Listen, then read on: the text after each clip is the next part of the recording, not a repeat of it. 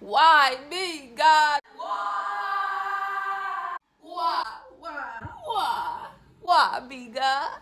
If that's your question, I got the answer for you.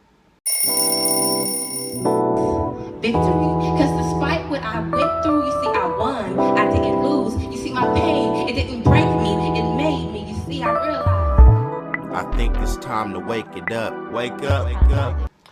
A lot of times when we're going through our trials and our tribulations, we stop and we ponder, Lord, why me? I've been reading my Bible. I've been going to church. I've been praying.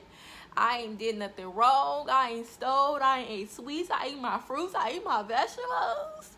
And we're just crying out to God because we don't understand why the troubles are so enhanced in our life. But let me allow you to hear a revelation that God gave me. I stumbled upon this answer while I was praying, and I was praying to God, and it just slipped out of my mouth. I was like, God, you have called me to be more.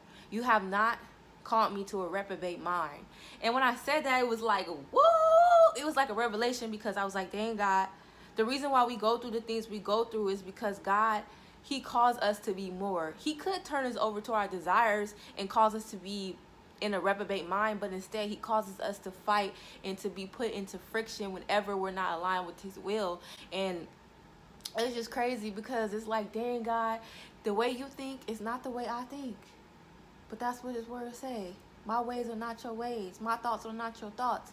But he's thinking about the long term. He's thinking about our soul, our internal soul. So it's like, why don't I have the $1 million yet? Because I know that your soul won't be in the right place. I'm worried about your soul more than I'm worried about you being rich on this earth. And I really started to think about that. You have people who are turned over to their desires, and their desires are so far away from God. And it just amazes me how God is such a good father that he does not let us be mediocre. He causes us to rise above. Because God has chosen us, we can feel like the exact opposite, like God did not choose us, like we got this whole religious thing wrong and Christianity wrong. But the truth is, just like the Hebrew boys, when they took a stand for God and they decided to live their life for God, and God decided to use them in such a way, they decided to turn the fire up 3 times hotter. 3 times hotter. So if you feel like when you looking up in the world like, dang, like all I'm trying to do is live right, get this motivational encouragement out, get my YouTube popping, get my music popping, and they over there, next thing you know, they're famous and they have, you know, everything popping, and you looking like, why can't that happen to me? Like, why is it so easy for them? One, you don't know their story. 2, God has called you to himself.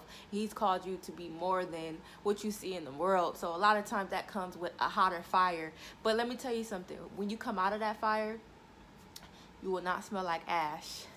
You will not be burnt. But you will be glorified and blessed, and you'll be drenched in the glory of God, because God has chose this specific time for you to become more. I think it's time to wake it up. Wake up, wake up, wake up.